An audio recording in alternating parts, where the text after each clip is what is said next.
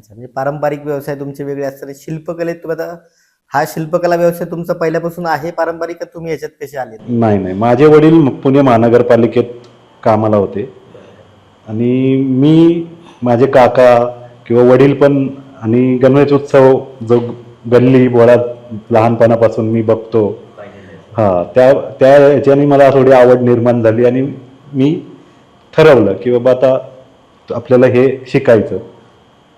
म्हणजे लहानपणी म्हणजे आता मी लग्न झाल्यापासून जसं ऐकते त्याप्रमाणे की लहानपणी अभ्यासापेक्षा या गोष्टींची आवड जास्ती होती की कुठे झाडाची पानं फुलंच तोडून आण, मग कुठे किल्ला केला तर तो एकदम कलात्मकतेने करायचा, दिवाळीची काही सजावट करायची, गणपतीत काही सजावट करायची, किंवा जवळच काही मरीमातेचं देऊळ आहे किंवा हनुमानाचं देऊळ आहे तर तिथे जाऊन काही सजावट करायची. म्हणजे एक आर्टिस्टिक दृष्टिकोन ज्याला म्हणतो तो लहानपणी होता.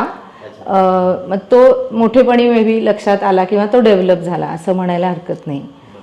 आणि लहानपणी मी म्हणजे सर्वात पहिलं शिकलो बनवायला तर ते मंदिर, म्हणजे कुठून विटा गोळा करा, माती गोळा करा, आणि ते लहानपणी एक पोस्टर मिळायचे असे सगळ्या देवांचे, सगळे देव आवडायचे मला.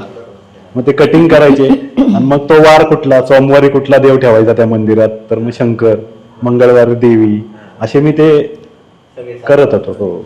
आणि मला वाटतं आता ती आवड आमच्या छोट्या मुलीमध्ये आली आहे. तिने कायमस्वरूपी मंदिर, तिचे 2 आहेत घरात समोरासमोर, आणि त्यात गणपती बाप्पा विराजमान आहेत, आणि मग म्हणजे अजून आमच्या घरी गणपती बसलेले आहेत आणि 2 आहेत समोरासमोर. आणि म्हणजे मग प्रसंगानुरूप सीझन प्रमाणे म्हणू आपण, त्याच्यात गौराई येते, हरतालिका येतात, आणि मग त्या सगळ्यांची सागर संगीत, पूजा, नैवेद्य सगळं असतं.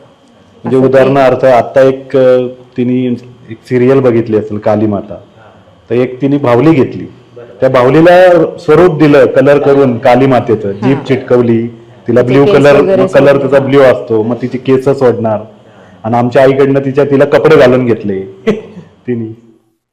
म्हणजे अगदी कलाकाराला लहानपणापासून कलेची आवड असते, तशाच पद्धतीचे तुमचं जीवन अख्खं कलेत लहानपणापासून गेलो. मग त्याचं शिक्षणात रूपांतरण कुठे तुम्ही त्याबद्दल शिक्षण घेतलं? कलेला लोक प्रोफेशन म्हणून एक बघत नव्हते, तसा दृष्टिकोन त्यावेळेस मी ते ठरवलं आणि ते केलं. नंतर मला जे गुरु भेटले, जे स्कूल ऑफ आर्टचे डीन होते विश्वनाथ साबळे, त्यांच्या मार्गदर्शनाखाली मग मी अभिनव कॉलेज, त्याच्यानंतर जे स्कूल ऑफ आर्ट, असं सगळं पुढं घेत जात केलं.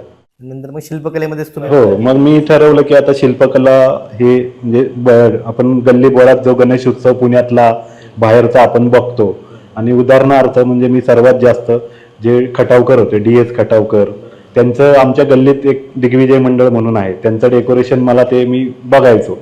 त्याच्यानंतर नाना इंदारी म्हणून एक मला गुरु भेटले, म्हणजे मी 8वी 9वी 10वीला त्यांच्याकडे जायचो. म्हणजे